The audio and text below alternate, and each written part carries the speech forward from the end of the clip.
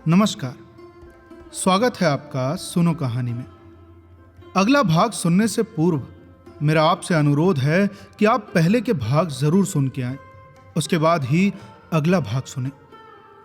तो चलिए कहानी में आगे की ओर चलते हैं। भाग 34। मिल करीब करीब पूरी जल चुकी है, लेकिन उसी मिल को फिर से खड़ा करना होगा। मिस्टर खन्ना ने अपनी सारी कोशिशें इसके लिए लगा दी हैं। मजदूरों की हड़ताल जारी है, मगर अब उससे मिल मालिकों को कोई विशेष हानि नहीं है। नए आदमी कम वेतन पर मिल गए हैं और जी तोड़कर काम करते हैं, क्योंकि उनमें सभी ऐसे हैं जिन्होंने बेकारी के कष्ट भोग लिए हैं और अब अपना बस चलते ऐसा कोई काम करना नहीं चाहते जिससे उनकी जीविका में बाधा पड़े। चाहे कितना काम लो, चाहे जितनी कम छुट्टियां दो, उन्हें कोई शिकायत नहीं है। सिर झुकाए बैलों की तरह काम में लगे रहते हैं। घुड़कियां, गालियां, यहां तक कि डंडों की मार भी उनमें ग्लानि नहीं पैदा करती। और अब पुराने मजदूरों के लिए इसके सिवा कोई मार्ग नहीं रह गया है कि वो इसी घटी हुई मजदूरी पर काम करने आए और खन्ना साहब की खुशामद करें। पंडित ओमकार नाथ पर तो उन्हें अब रत्ती भर भी विश्वास नहीं है। उन्हें वे अकेले दुकेले पाएं तो शायद उनकी बुरी गत बनाएं, पर पंडित जी बहुत बचे हुए रहते हैं। चिराग जलने के बाद अपने कार्यालय से बाहर नहीं निकलते और अफसरों की खुशामद करने लगे हैं। मिर्जा खुर्शेद की धाक अब भी ज्यों की त्यों है, लेकिन मिर्जा जी इन बेचारों का कष्ट और उसके निवारण का अपने पास कोई उपाय न देखकर दिल से चाहते हैं कि सब के सब बहाल हो जाए, मगर इसके साथ ही नए आदमियों के कष्ट का ख्याल करके जिज्ञासुओं से यही कह दिया करते हैं कि जैसी इच्छा हो वैसा करो। मिस्टर खन्ना ने पुराने आदमियों को फिर नौकरी के लिए इच्छुक देखा तो और भी अकड़ गए। हालांकि वो मन से चाहते थे कि इस वेतन पर पुराने आदमी नयों से कहीं अच्छे हैं। अरे नए आदमी अपना सारा जोर लगाकर भी पुराने आदमियों के बराबर काम न कर सकते थे। पुराने आदमियों में अधिकांश तो बचपन से ही मिल में काम करने के अभ्यस्त थे और खूब मजे हुए थे। नए आदमियों में अधिकतर देहातों के दुखी किसान थे, जिन्हें खुली हवा और मैदान में पुराने जमाने के लकड़ी के औजारों से काम करने की आदत थी। मिल के अंदर उनका दम घुटता था और मशीनरी के तेज चलने वाले पुर्जों से उन्हें भय लगता था। आखिर जब पुराने आदमी खूब परास्त हो गए तब खन्ना उन्हें बहाल करने पर राजी हुए, मगर नए आदमी इससे भी कम वेतन पर भी काम करने के लिए तैयार थे। और अब डायरेक्टरों के सामने यह सवाल आया कि वो पुरानों को बहाल करें या नए को रहने दें। डायरेक्टरों में आधे तो नए आदमियों का वेतन घटाकर उन्हें रखने के पक्ष में थे। आधों की यह धारणा थी कि पुराने आदमियों को हाल के वेतन पर रख लिया जाए। थोड़े से रुपए ज्यादा जरूर खर्च होंगे, मगर काम उससे कहीं ज्यादा होगा। खन्ना मिल के प्राण थे, एक तरह से सर्वे सर्वा। डायरेक्टर तो उनके हाथ की कठपुतलियां थे। निश्चय खन्ना ही के हाथों में था और वो अपने मित्रों से नहीं, शत्रुओं से भी इस विषय में सलाह ले रहे थे। सबसे पहले तो उन्होंने गोविंदी की सलाह ली। जब से मालती की ओर से उन्हें निराशा हो गई थी और गोविंदी को मालूम हो गया था कि मेहता जैसा विद्वान और अनुभवी और ज्ञानी आदमी मेरा कितना सम्मान करता है और मुझसे किस प्रकार की साधना की आशा रखता है, तब से दंपत्ति में स्नेह फिर जाग उठा था। स्नेह न कहो मगर साहचर्य तो था ही। आपस में वो जलन और अशांति न थी। बीच की दीवार अब टूट गई थी।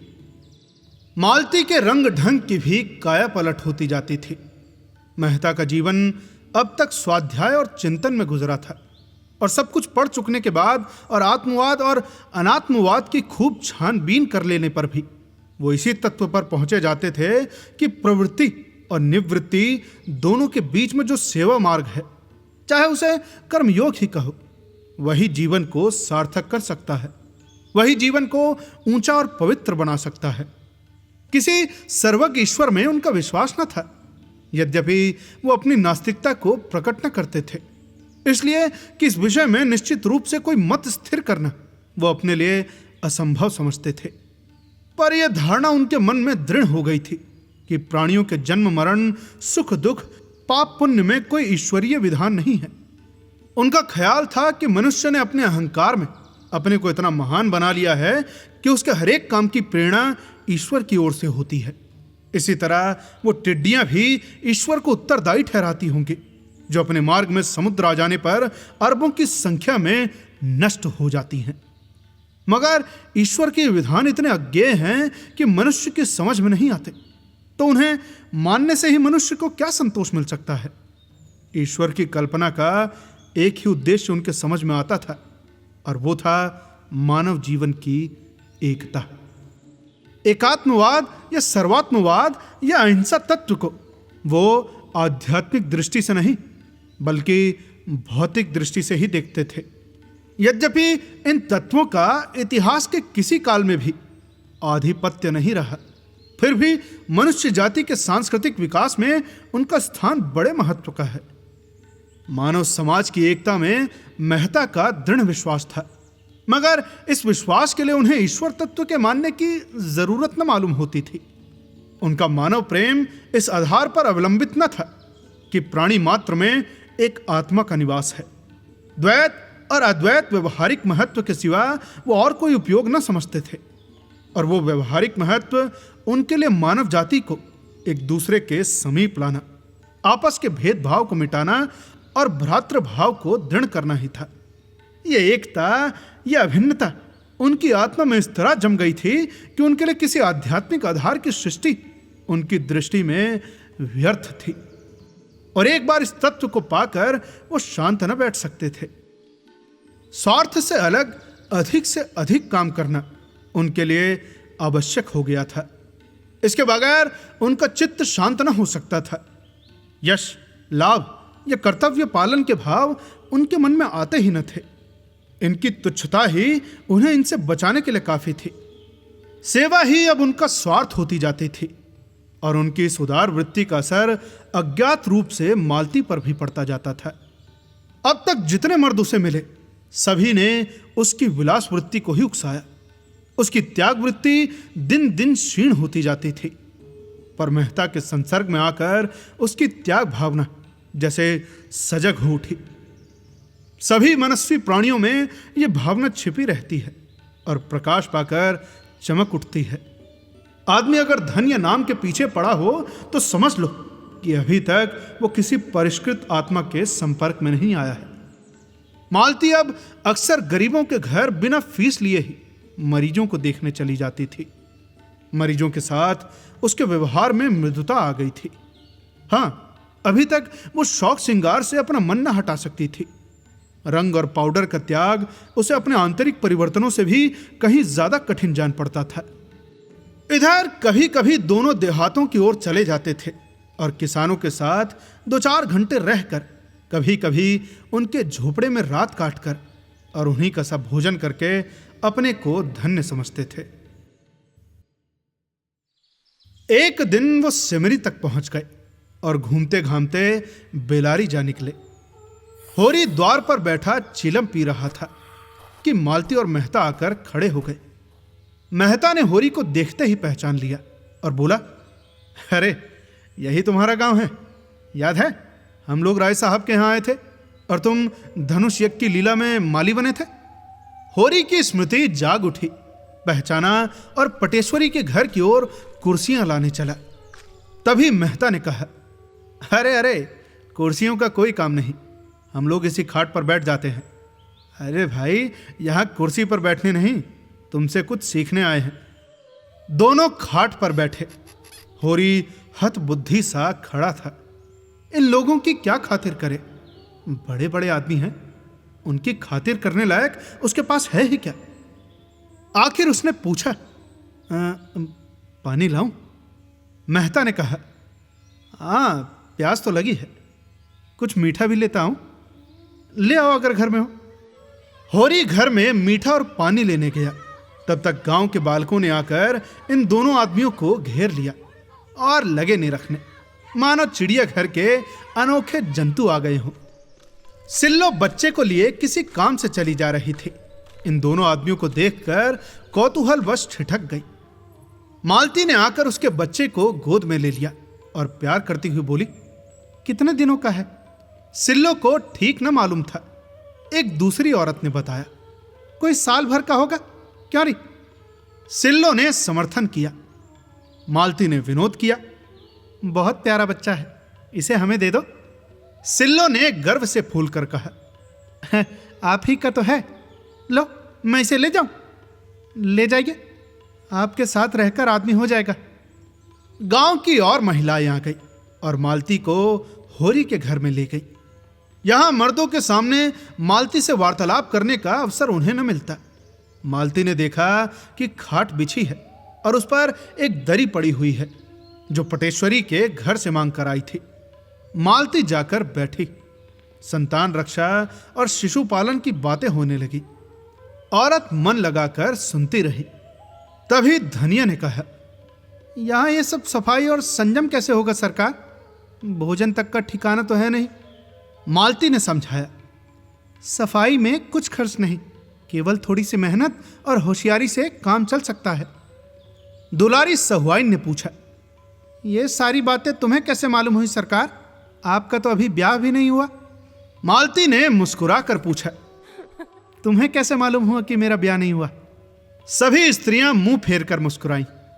पुनिया बोली, भला ये भी छुपा रहता है कोई? मिस साहिब, मुंह देखते ही पता चल जाता है। मालती ने झेंपते हुए कहा, अरे इसलिए ब्याह नहीं किया कि आप लोगों की सेवा कैसे करती। सबने एक स्वर में कहा, धन्य हो सरकार, धन्य हो। सेलिया मालती के पांव दबाने लगी। सरकार कितनी दूर से आई है, थक गई होंगी। मालती ने पांव खींचकर कहा, अरे नहीं नहीं, मैं थकी नहीं हूं। मैं तो हवा गाड़ी पर आई हूं। मैं चाहती हूं कि आप लोग अपने अपने बच्चे लाएं तो मैं उन्हें देखकर आप लोगों को बताऊं कि आप इन्हें कैसे तंदुरुस्त और निरोग कर सकती हैं। जरा ही देर में 20-25 बच्चे आ गए। मालती उनकी परीक्षा करने लगी। कई बच्चों की आंखें उठी थी। उनकी आंखों में दवा डाली। अधिकतर बच्चे दुर्बल थे, जिसका कारण था माता पिता को भोजन अच्छा न मिलना। मालती को यह जानकर आश्चर्य हुआ कि बहुत कम घरों में दूध होता था।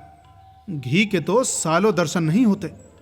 मालती ने यहां भी उन्हें भोजन करने का महत्व समझाया, जैसा वो सभी गांवों में किया करती थी। उसका जी इसलिए जलता था कि ये लोग अच्छा भोजन क्यों नहीं करते। उसे ग्रामीणों पर क्रोध आ जाता था। क्या तुम्हारा जन्म इसलिए हुआ है कि तुम मर मर कर कमाओ और जो कुछ पैदा हो उसे खा ना सको? जहां 2-4 बैलों के लिए भोजन है, 1-2 गाय भैंसों के लिए चारा नहीं है क्या? क्यों ये लोग भोजन को जीवन की मुख्य वस्तु न समझकर उसे केवल प्राण रक्षा की वस्तु समझते हैं? क्यों सरकार से नहीं कहते कि नाम मात्र के ब्याज पर रुपए देकर उन्हें सूदखोर महाजनों के पंजे से बचाए? उसने जिस किसी से पूछा, यही मालूम हुआ कि उनकी कमाई का एक बड़ा भाग महाजनों का कर्ज चुकाने में ही खर्च हो जाता है। बंटवारे का मरज भी बढ़ता जाता था। आपस में इतना वैमनस्य था कि शायद ही कोई 2 भाई एक साथ रहते हों। इनकी इस दुर्दशा का कारण बहुत कुछ उनकी संकीर्णता और स्वार्थपरता थी।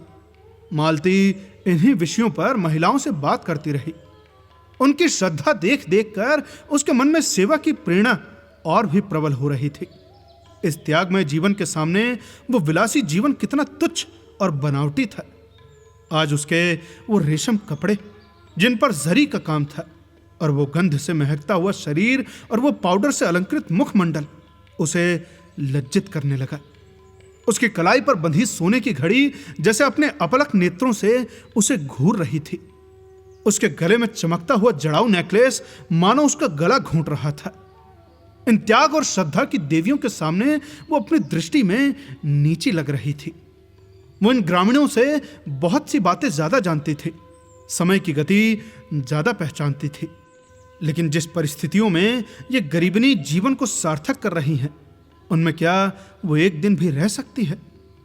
जिनमें अहंकार का नाम नहीं, दिन भर काम करती हैं, उपवास करती हैं, रोती हैं, फिर भी इतनी प्रसन्न मुख।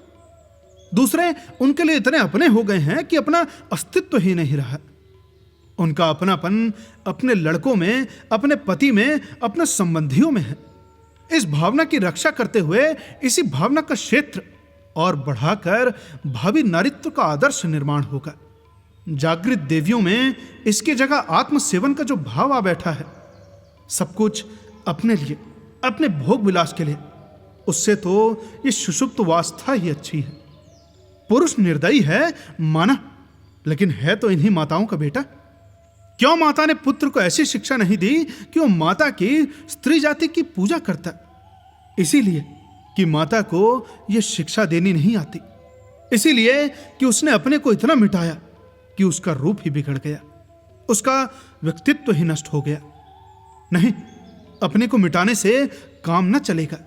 नारी को समाज कल्याण के लिए अपने अधिकारों की रक्षा करनी पड़ेगी। उसी तरह जैसे इन किसानों को अपनी रक्षा के लिए इस देवत्व का कुछ त्याग करना पड़ेगा। संध्या हो गई थी। मालती को औरतें अब तक घेरे खड़ी हुई थी। उसकी बातों से जैसे उन्हें तृप्ति ही न होती थी। कई औरतों ने उसे रात को यहीं रहने का आग्रह किया। मालती को भी उसका सरल स्नेह ऐसा प्यारा लगा कि उसने उनका निमंत्रण स्वीकार कर लिया। रात को औरतें उसे अपना गाना सुनाएंगी। मालती ने भी प्रत्येक घर में जा जाकर उनकी दशा से परिचय प्राप्त करने में अपने समय का सदुपयोग किया। उसके निष्कपट सद्भावना और सहानुभूति उन गवारिनों के लिए देवी के वरदान से कम न थी।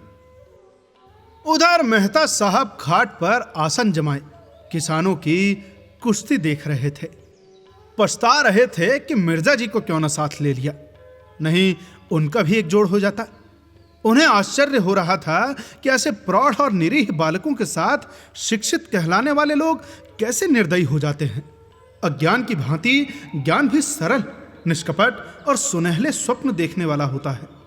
मानवता में उसका विश्वास इतना दृढ़, इतना सजीव होता है कि वो उसके विरुद्ध व्यवहार को अमानुषिक समझने लगता है। वो ये भूल जाता है कि भेड़ियों ने भेड़ों की निरीहता का जवाब सदैव पंजे और दांतों से दिया है। वो अपना एक आदर्श संसार बनाकर उसको आदर्श मानवता से आबाद करता है और उसी में मग्न रहता है। यथार्थता कितनी अगम्य, कितनी दुर्बोध, कितनी अप्राकृतिक है, उसकी ओर विचार करना उसके लिए मुश्किल हो जाता है। मेहता जी इस समय इन गवारों के बीच में बैठे हुए इसी प्रश्न को हल कर रहे थे कि उनकी दशा इतनी दयनीय क्यों है। वो इस सत्य से आंखें मिलाने का साहस न कर सकते थे कि इनका देवत्व ही इनकी दुर्दशा का कारण है।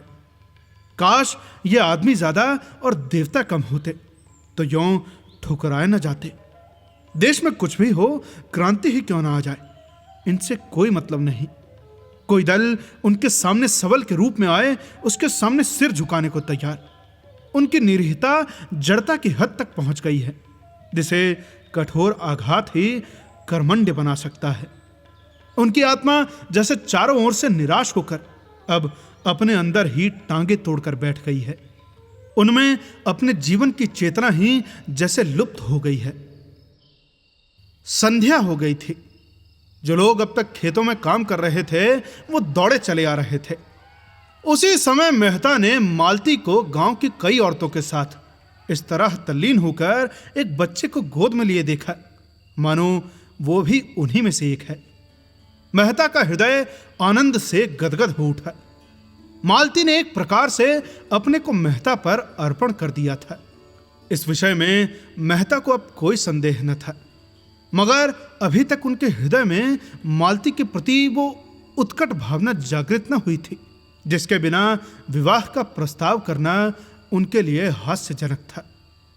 मालती बिना बुलाए मेहमान की भांति उनके द्वार पर आकर खड़ी हो गई थी और मेहता ने उसका स्वागत किया था। इसमें प्रेम का भाव न था, केवल पुरुषत्व का भाव था। अगर मालती उन्हें इस योग्य समझती है कि उन पर अपनी कृपा दृष्टि फेरे तो मेहता उसकी इस कृपा को अस्वीकार न कर सकते थे। इसके साथ ही वो मालती को गोविंदी के रास्ते से हटा देना चाहते थे और वो जानते थे कि मालती जब तक आगे पांव न जमा लेगी वो पिछला पांव न उठाएगी। वो जानते थे कि मालती के साथ छल करके वो अपनी नीचता का परिचय दे रहे हैं। इसके लिए उनकी आत्मा उन्हें बराबर धिक्कारती रहती थी। मगर ज्यों ज्यों वो मालती को निकट से देखते थे, उनके मन में आकर्षण बढ़ता जाता था। रूप का आकर्षण तो उन पर कोई असर न कर सकता था, ये गुण का आकर्षण था। वो ये जानते थे कि जिसे सच्चा प्रेम कह सकते हैं, केवल एक बंधन में बंध जाने के बाद ही पैदा हो सकता है। इसके पहले जो प्रेम होता है वो तो रूप की आसक्ति मात्र है, जिसका कोई टिकाव नहीं। मगर इसके पहले ये निश्चय तो कर लेना ही था कि जो पत्थर साहचर्य के खराद पर चढ़ेगा, उसमें खरादे जाने की क्षमता है भी या नहीं। सभी पत्थर तो खराद पर चढ़कर सुंदर मूर्तियां नहीं बन जाते। इतने दिनों में मालती ने उनके हृदय में भिन्न भिन्न भागों में अपनी रश्मियां डाली थी, पर अभी तक वो केंद्रित होकर उस ज्वाला के रूप में न फूट पड़ती थी, जिससे उनका सारा अंतःस्थल प्रज्वलित हो जाता। आज मालती ने ग्रामीणों में मिलकर और सारे भेदभाव मिटाकर इन रश्मियों को मानो केंद्रित कर दिया हो। और आज पहली बार मेहता को मालती से एकात्मा का अनुभव हुआ। ज्यों ही मालती गांव का चक्कर लगाकर लौटी, उन्होंने उसे साथ लेकर नदी की ओर प्रस्थान किया।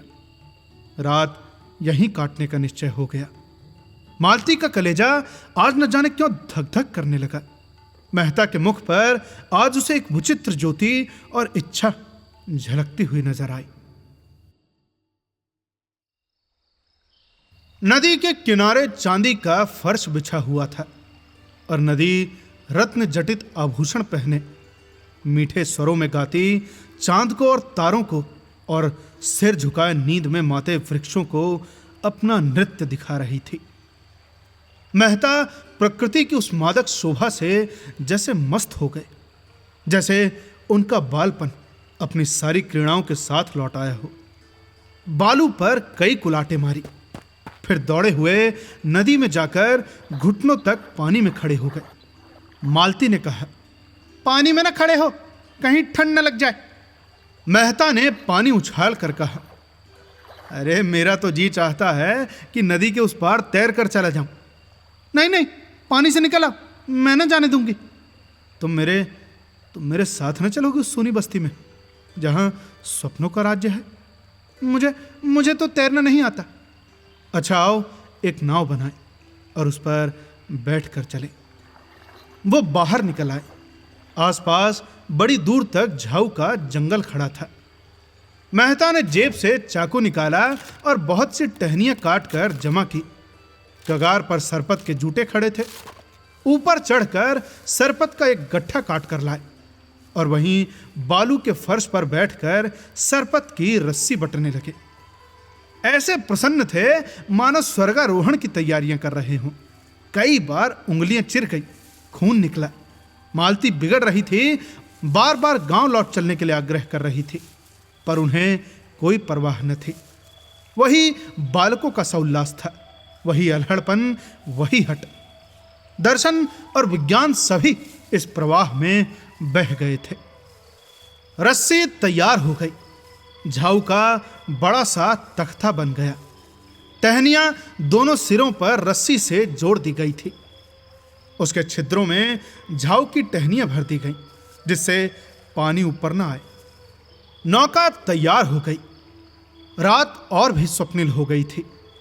मेहता ने नौका को पानी में डालकर मालती का हाथ पकड़कर कहा, आओ बैठो। मालती ने सशंक होकर कहा, दो आदमियों का बोझ संभाल लेगी ना? मेहता ने दार्शनिक मुस्कान के साथ कहा, जिस तरी पर बैठे हम लोग जीवन यात्रा कर रहे हैं वो तो इससे कहीं निस्सार है। मालती, क्या डर रही हो? डर किस बात का जब तुम साथ हो? सच कहती हो? अब तक मैंने बगैर किसी की सहायता के बाधाओं को जीता है, अब तो तुम्हारे संग हूं। दोनों उस झाऊ के तख्ते पर बैठे और मेहता ने झाऊ के डंडे से ही उसे खेना शुरू किया। तख्ता डगमगाता हुआ पानी में चला। मालती ने मन को इस तख्ते से हटाने के लिए पूछा, तुम तो हमेशा शहरों में रहे, गांव के जीवन का तुम्हें कैसे अभ्यास हो गया? मैं तो ऐसा तख्ता कभी न बना सकती। मेहता ने उसे अनुरक्त नेत्रों से देख कर कहा, शायद ये मेरे पिछले जन्म का संस्कार है। प्रकृति से स्पर्श होते ही जैसे मुझ में नया जीवन सा आ जाता है। नस नस में स्फूर्ति दौड़ने लगती है। एक एक पक्षी, एक एक पशु जैसे मुझे आनंद का निमंत्रण देता हुआ जान पड़ता है, मानो भूले हुए सुखों की याद दिला रहा हो। यह आनंद मुझे और कहीं नहीं मिलता मालती। संगीत के रुलाने वाले स्वरों में भी नहीं, दर्शन की ऊंची उड़ानों में भी नहीं। जैसे ये सब मेरे अपने सगे हों। प्रकृति के बीच में आकर मैं जैसे अपने आप को पा जाता हूं, जैसे पक्षी अपने घोंसले में आ जाए। तख्ता डगमगाता, कभी तिरछा, कभी सीधा, कभी चक्कर खाता हुआ चला जा रहा था। सहसा मालती ने कातर कंठ से पूछा, और मैं तुम्हारे जीवन में कभी नहीं आती? मेहता ने उसका हाथ पकड़कर कहा, आती हो, बार बार आती हो, सुगंध के एक झोंके की तरह, कल्पना की एक छाया की तरह, और फिर अदृश्य हो जाती हो। दौड़ता हूं कि तुम्हें करपाश में बांध लूं, पर हाथ खुले रह जाते हैं और तुम गायब हो जाती हो। मालती ने उन्माद की दशा में कहा, लेकिन तुमने इसका कारण भी सोचा, कभी समझना चाहा? हाँ मालती, बहुत सोचा, बार बार सोचा। तो क्या मालूम हुआ? यही कि मैं जिस आधार पर जीवन का भवन खड़ा रखना चाहता हूं वो अस्थिर है। ये कोई विशाल भवन नहीं है, केवल एक छोटी सी शांत कुटिया है, लेकिन उसके लिए भी तो कोई स्थिर आधार चाहिए। मालती ने अपना हाथ छुड़ाकर जैसे मान करते हुए कहा, यह झूठा आक्षेप है। तुमने सदैव मुझे परीक्षा की आंखों से देखा, कभी कभी प्रेम की आंखों से नहीं। क्या तुम इतना भी नहीं जानते कि नारी परीक्षा नहीं चाहती, प्रेम चाहती है। परीक्षा गुणों को अवगुण, सुंदर को असुंदर बनाने वाली चीज है। प्रेम अवगुणों को गुण बनाता है, असुंदर को सुंदर। मैंने तो तुमसे प्रेम किया, मैं कल्पना ही नहीं कर सकती कि तुम में कोई बुराई भी है, मगर तुमने मेरी परीक्षा की, और तुम मुझे अस्थिर, चंचल और जाने क्या क्या समझकर मुझसे हमेशा दूर भागते रहे। नहीं, मैं जो कुछ कहना चाहती हूँ वो मुझे कह लेने दो। मैं क्यों अस्थिर और चंचल हूँ? इसलिए कि मुझे वो प्रेम नहीं मिला जो मुझे स्थिर और चंचल बनाता। अगर तुमने मेरे सामने उसी तरह आत्मसमर्पण किया होता जैसे मैंने तुम्हारे सामने किया है, तो तुम आज मुझ पर यह आक्षेप न रखते। मेहता ने मालती के मान का आनंद उठाते हुए कहा, तुमने मेरी परीक्षा कभी नहीं की, सच कहती हो? कभी नहीं। तो तुमने गलती की, मैं इसकी परवाह नहीं करती। भावुकता में ना हो मालती, प्रेम देने के पहले हम सब परीक्षा करते हैं, और तुमने की, चाहे अप्रत्यक्ष रूप से ही की हो। मैं आज तुमसे स्पष्ट कहता हूं कि पहले मैंने तुम्हें उसी तरह देखा जैसे रोज ही हजारों देवियों को देखा करता हूं, केवल विनोद के भाव से। अगर मैं गलती नहीं करता तो तुमने भी मुझे मनोरंजन के लिए एक नया खिलौना समझा। मालती ने टोका, गलत कहते हो, मैंने कभी तुम्हें इस नजर से नहीं देखा। मैंने पहले ही दिन तुम्हें अपना देव बनाकर अपने हृदय में। मेहता बात काट कर बोले, फिर वही भावुकता। मुझे ऐसे महत्व के विषय में भावुकता पसंद नहीं।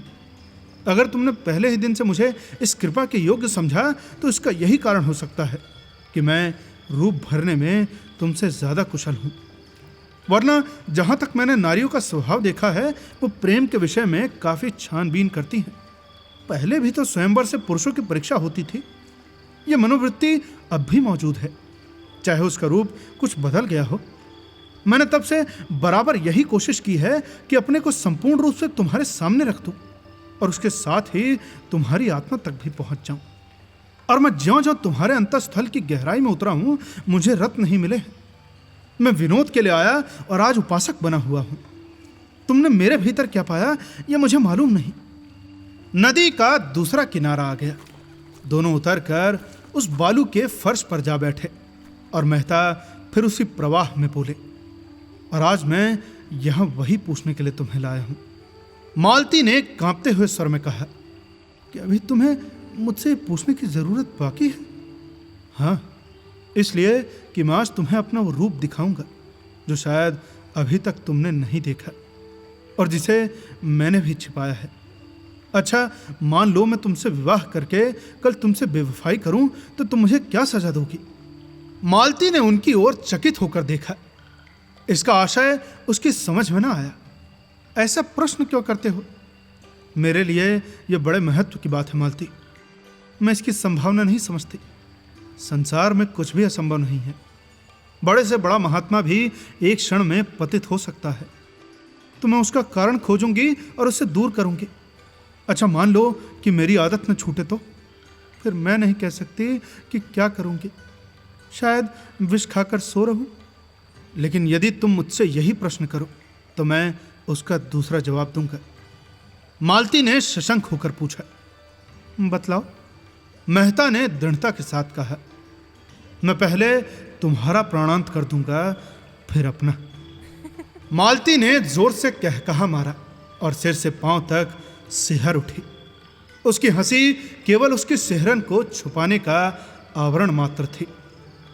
मेहता ने पूछा, तुम हंसी क्यों? इसलिए कि तुम तो ऐसे हिंसावादी नहीं जान पड़ते। नहीं मालती, इस विषय में मैं पूरा पशु हूं और उस पर लज्जित होने का कोई कारण नहीं देखता। आध्यात्मिक प्रेम और त्यागमय प्रेम और निस्वार्थ प्रेम, जिसमें आदमी अपने को मिटाकर केवल प्रेमिका के लिए जीता है, उसके आनंद से आनंदित होता है और उसके चरणों पर अपना आत्मसमर्पण कर देता है, ये मेरे लिए निरर्थक शब्द है। मैंने पुस्तकों में ऐसी प्रेम कथाएं पढ़ी हैं जहां प्रेमी ने प्रेमिका के नए प्रेमी के लिए अपनी जान दे दी है, मगर उस भावना को मैं श्रद्धा कह सकता हूं, सेवा कह सकता हूं, प्रेम कभी नहीं। प्रेम सीधी साधी गऊ नहीं, खूंखार शेर है जो अपने शिकार पर किसी की आंख भी नहीं पड़ने देता। मालती ने उनकी आंखों में आंखें डालकर कहा, अगर प्रेम खूंखार शेर है तो मैं उससे दूर ही रहूंगी। मैंने तो उसे गाय ही समझ रखा था। मैं प्रेम को संदेह से ऊपर समझती हूं। वो देह की वस्तु नहीं, आत्मा की वस्तु है। संदेह का वहां जरा भी स्थान नहीं, और हिंसा तो संदेह का ही परिणाम है। वो संपूर्ण आत्मसमर्पण है। उसके मंदिर में तुम परीक्षक बनकर नहीं, उपासक बनकर ही वरदान पा सकते हो। वो उठकर खड़ी हो गई और तेजी से नदी की तरफ चली, मानो उसने अपना खोया हुआ मार्ग पा लिया हो। ऐसी स्फूर्ति का उसे कभी अनुभव न हुआ। उसने स्वतंत्र जीवन में भी अपने में एक दुर्बलता पाई थी जो उसे सदैव आंदोलित करती रहती थी, सदैव अस्थिर रखती थी। उसका मन जैसे कोई आश्रय खोजा करता था जिसके बल पर टिक सके, संसार का सामना कर सके। अपने में उसे ये शक्ति न मिलती थी। बुद्धि और चरित्र की शक्ति देखकर वो उसकी ओर लालायित होकर रह जाती थी। पानी की भांति हर एक पात्र का रूप धारण कर लेती थी। उसका अपना कोई रूप न था। उसकी मनोवृत्ति अभी तक किसी परीक्षार्थी छात्रा की सी थी। छात्रा को पुस्तकों से प्रेम हो सकता है और हो जाता है, लेकिन वो पुस्तक के उन्हीं भागों पर ज्यादा ध्यान देता है जो परीक्षा में आ सकते हैं। उसकी पहली गरज परीक्षा में सफल होना है, ज्ञानार्जन इसके बाद है। अगर उसे मालूम हो जाए कि परीक्षक बड़ा दयालु है या अंधा है और छात्रों को यूं ही पास कर दिया करता है, तो शायद वो पुस्तकों की ओर आंख उठाकर भी न देखे। मालती जो कुछ करती थी मेहता को प्रसन्न करने के लिए। उसका मतलब था मेहता का प्रेम और विश्वास प्राप्त करना, उसके मनोराज्य की रानी बन जाना। लेकिन उसी छात्रा की तरह अपनी योग्यता का विश्वास जमा कर लिकायत आ जाने से परीक्षक आप ही आप उससे संतुष्ट हो जाएगा, इतना धैर्य उसे न था। मगर आज मेहता ने जैसे उसे ठुकरा कर उसकी आत्मशक्ति को जगा दिया। मेहता को जब से उसने पहली बार देखा था तभी से उसका मन उनकी ओर झुका था। उसे वो अपने परिचितों में सबसे समर्थ जान पड़े। उसके परिष्कृत जीवन में बुद्धि की प्रखरता और विचारों की दृढ़ता ही सबसे ऊंची वस्तु थी। धन और ऐश्वर्य को तो वो केवल खिलौना समझती थी जिसे खेलकर लड़के तोड़ फोड़ डालते हैं। रूप में भी अब उसके लिए विशेष आकर्षण न था, यद्यपि कुरूपता के लिए घृणा थी। उसको तो अब बुद्धि शक्ति ही अपनी ओर झुका सकती थी। उसके आश्रय में उसमें आत्मविश्वास जगे, अपने विकास की प्रेरणा मिले, अपने में शक्ति का संचार हो, अपने जीवन की सार्थकता का ज्ञान हो। मेहता के बुद्धिबल और तेजस्विता ने उसके ऊपर अपने मुहर लगा दी और तब से वो अपना संस्कार करती चली जाती थी। जिस प्रेरक शक्ति की उसे जरूरत थी वो मिल गई थी और अज्ञात रूप से उसे गति और शक्ति दे रही थी। जीवन का नया आदर्श जो उसके सामने आ गया था, वो अपने को उसके समीप पहुंचाने की चेष्टा करती हुई और सफलता का अनुभव करती हुई उस दिन की कल्पना कर रही थी जब वो और मेहता एकात्म हो जाएंगे। और ये कल्पना उसे और भी दृढ़ और निष्ठावान बना रही थी। मगर आज जब मेहता ने उसकी आशाओं को द्वार तक लाकर प्रेम का वो आदर्श उसके सामने रखा, जिसमें प्रेम को आत्मा और समर्पण के क्षेत्र से गिराकर भौतिक धरातल तक पहुंचा दिया गया था, जहां संदेह और ईर्ष्या और भोग का राज है, तब उसकी परिष्कृत बुद्धि आहत हो उठी और मेहता से जो उसे श्रद्धा थी उसे एक धक्का सा लगा, मानो कोई शिष्य अपने गुरु को कोई नीच कर्म करते देख ले। उसने देखा कि मेहता की बुद्धि प्रखरता प्रेम तत्व को पशुता की ओर खींचे लिए जाती है और उसके देवत्व की ओर से आंखें बंद किए लेती है। और ये देखकर उसका दिल बैठ गया। मेहता ने कुछ लज्जित होकर कहा, आओ कुछ देर और बैठें। मालती बोली, नहीं, अब लौटना चाहिए, देर हो रही है। अब आगे की कहानी सुनने के लिए बने रहिए सुनो कहानी के साथ। मिलते हैं आपसे अगले भाग में। तब तक के लिए सुनते रहिए सुनो कहानी की अन्य कहानियां और साथ ही साथ बताएं कि ये कहानी आपको कैसी लग रही है। धन्यवाद।